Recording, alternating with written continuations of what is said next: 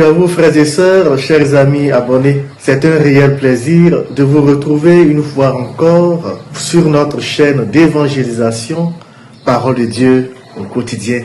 Merci pour tout le temps que vous prenez pour nous suivre. Merci pour tout ce temps que vous prenez pour écouter nos différentes méditations. Que le Seigneur vous accorde sa grâce et sa bénédiction.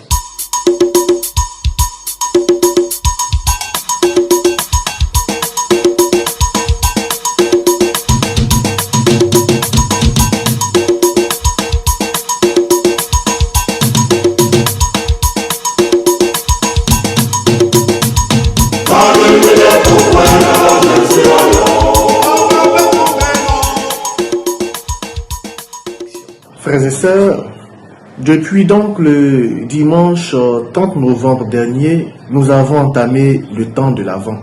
Et la liturgie de ce temps nous prépare à la célébration de l'avènement de notre Seigneur Jésus-Christ, qui prend donc la condition des hommes pour accomplir l'éternel dessein de son amour et nous ouvrir le chemin du salut. Les textes liturgiques soumis à notre méditation ne disent pas le contraire, puisqu'ils mettent en évidence le thème de l'universalité du salut. Dans la première lecture, le prophète Isaïe annonce un repas de fête copieux et délicieux préparé par le Seigneur pour tous les peuples sans distinction de race. Ce festin représente donc l'effacement de la honte du péché et la fin de la mort éternelle, symbolisant la rédemption complète et la joie éternelle du peuple. Cette prophétie d'Isaïe trouve son plein accomplissement dans l'évangile du jour.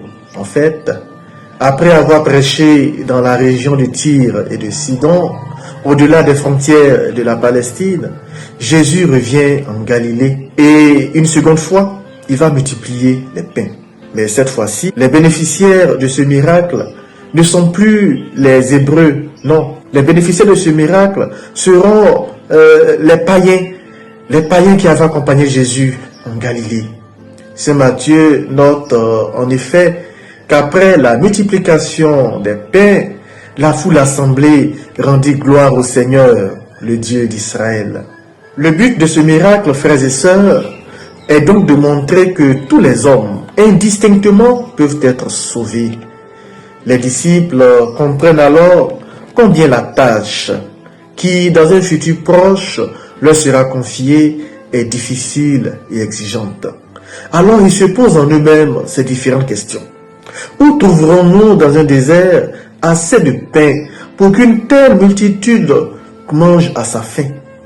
Comment ferons-nous maintenant pour que, par-delà les frontières de la Palestine, toutes les cultures soient embrassées dans la mission salvatrice du Christ? Voici des questions qui nous rejoignent. Voici des questions qui, avant nous, ont rejoint certains saints, dont Saint François Xavier, notre saint du jour, dont nous faisons mémoire. En effet, le zèle de Saint François Xavier, qui s'est dépensé sans compter pour annoncer l'évangile à des milliers d'âmes, constitue une leçon et un exemple pour notre génération.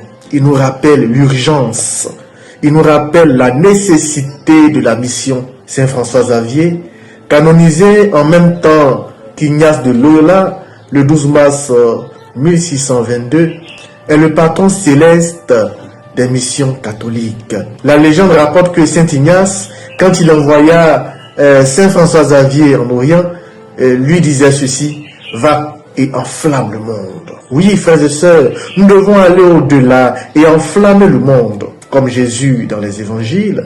François Xavier, avec sa petite cloche dans une main et sa croix dans l'autre, a parcouru villes et villages et même les océans pour rencontrer d'autres gens. Il avait à peine 46 ans quand il est décédé.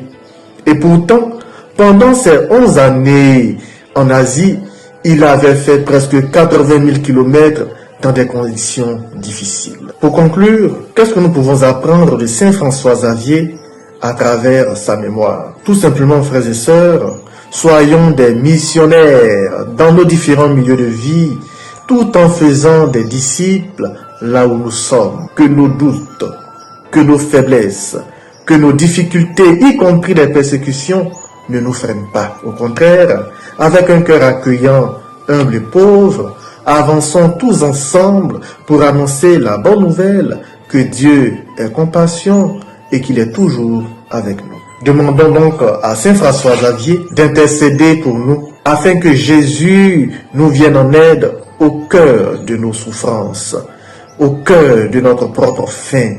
Et demandons-lui aussi d'ouvrir notre cœur à la compassion afin que nous sachions nous aussi vivre en véritable apôtre de Jésus. Saint François Xavier, priez pour nous. Bon temps de l'Avent à tous et à chacun et prenez soin de vous.